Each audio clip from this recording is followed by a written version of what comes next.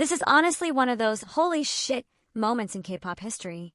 And I'm not exaggerating when I say that almost nobody expected things to reach this point, at least not officially, not like this. But at the same time, if you've been paying attention closely, especially to Danielle's recent activities, this outcome might not be as shocking as it seems at first glance. Because today, something huge happened. ADOR has officially confirmed a contract termination involving NewJeans Danielle, and the way this unfolded raises a lot of questions about what's been happening behind the scenes. So let's go through everything step by step, because the details here really matter.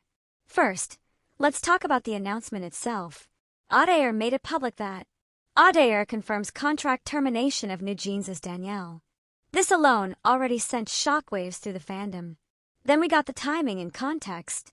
On December 29th, ADOR released an official statement online, confirming the status of NewJeans and their contracts. That line is important because this wasn't just about Danielle. This was a full update on where each member currently stands. According to the statement, they revealed that Hani visited Korea with her family and had an in-depth conversation with ADOR. And here's where things start to diverge between the members.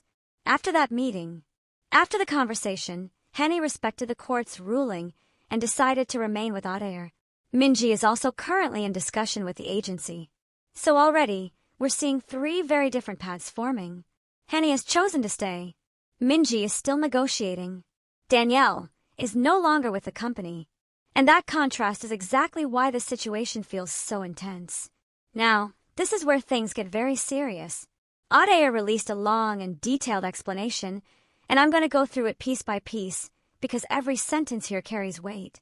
They started by saying, since the final ruling confirming the validity of the exclusive contract, ADOR has been in extensive conversation with Minji, Hani, Danielle, and their families.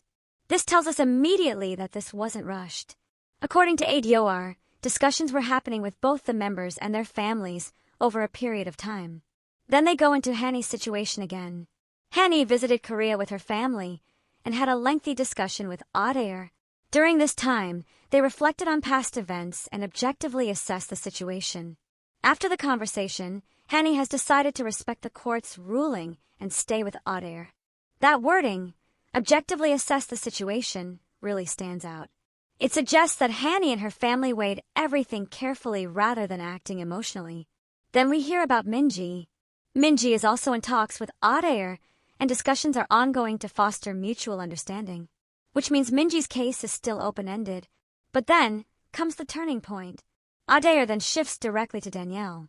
However, in Danielle's case, we have determined that it will be difficult for her to continue working with us. Therefore, we have notified her of the termination of her exclusive contract. This is the most explosive part of the statement. Notice the wording here.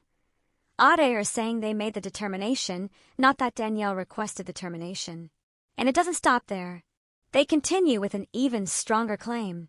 Furthermore, we plan to hold one family member of Danielle and former CEO Min Hee-jin, who are significantly responsible for causing this dispute and the delayed return of NewJeans, legally accountable. This is huge. ADOR is directly naming a family member of Danielle and former CEO Min Hee-jin as being significantly responsible for the dispute and the group's delayed return. That alone suggests this situation goes far beyond simple contract disagreements. ADOR then adds another layer that honestly changes how people may view the entire situation.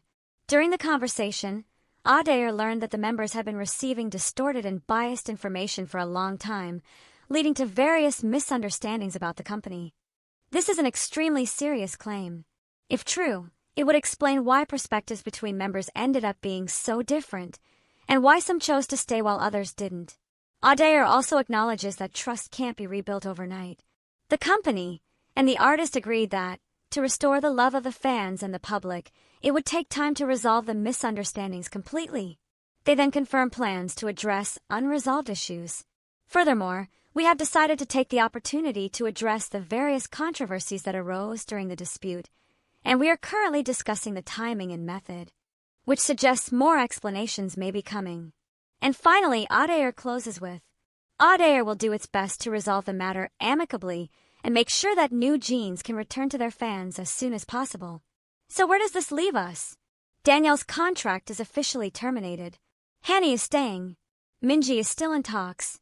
And the group's future is now more uncertain and more complicated than ever before. This isn't just a legal update. This is a deep fracture within one of the most influential girl groups of this generation. And whether you side with the members, the company, or feel conflicted somewhere in between, one thing is clear. This situation is far from over. Let me know your thoughts below. Do you think this outcome was inevitable? And what do you think this means for NewJeans moving forward?